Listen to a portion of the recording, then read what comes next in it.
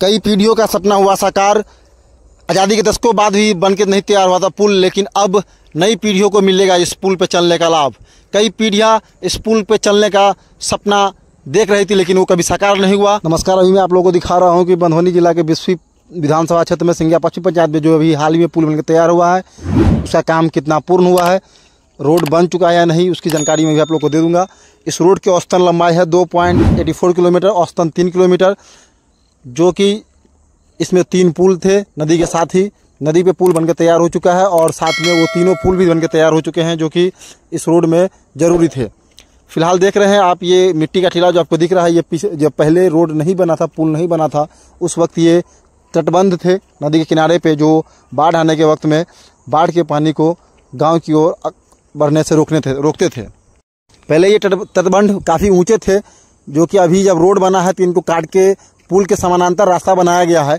तो अभी ये ऐसा लग रहा है कि मतलब रोड पहले से नीचे हो चुका है और बहुत सारे ग्रामीणों का कहना है कि आशंका है कि बाढ़ के समय हो सकता है पानी रोड पे भी आ जाए, पुल के ऊपर से जाए। अब तो ये देखना होगा कि जब बाढ़ आती है तो पानी पुल के ऊपर से जाता है, उनकी जो आशंका है वो सही होती है या वो गलत होते हैं। देख रहे हैं कि दोनों तरफ, पुल के दोनों तरफ ही दोनों साइड में बड़े बड़े पत्थरों को एक सही तरीके से रखा गया है। ऐसा इसलिए किया जाता है कि अगर मान लीजिए जब बरसात होती है और बाढ़ आती है, तो अगर बाढ़ आएगा तो जो मिट्टी दोनों साइड पर रखा गया है पुल के निर्माण के समय में या रोड के बगल में रखा गया है, वो पानी के साथ बहकर नदी में ना चले जाए, जिससे पुल का जो स्टार्टिंग पॉइंट है या फिर एंडिंग पॉइंट है वो कमज़ोर हो, रास्ता कमज़ोर हो। इसके लिए बड़े बड़े पत्थरों को सुचारू तरीके से, एकदम व्यवस्थित तरीके से रखा गया है कि बरसात के दिनों में मिट्टी ज़्यादा बह के पानी के साथ नदी में ना जाए। ये सभी पत्थरों को सही तरीके से रखा गया है। थोड़ा बहुत मिट्टी तो बहेगा ही पानी के।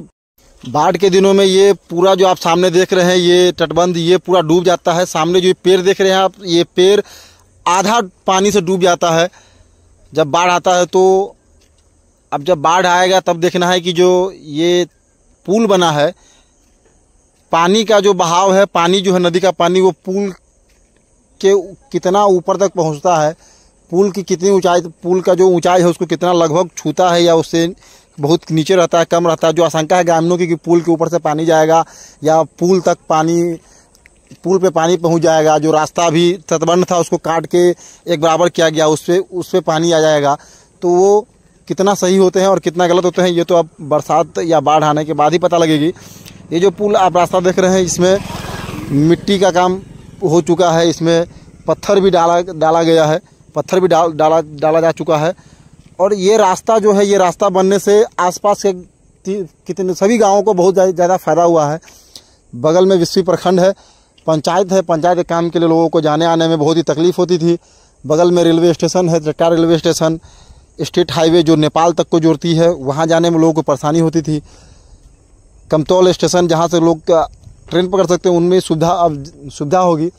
बगल के जितने भी गांव हैं, घाट भटरा, चट्टार, सिंघिया, भतौरा, ये आपस में बाढ़ के दिनों में ही जुड़े रहेंगे, जो कि पहले असंभव था। बाढ़ आने के साथ ही ये रास्ता ब्लॉक हो जाता था पूरी तरह। ये पूरा जो रास्ता है ये सभी बंद हो जाते थे।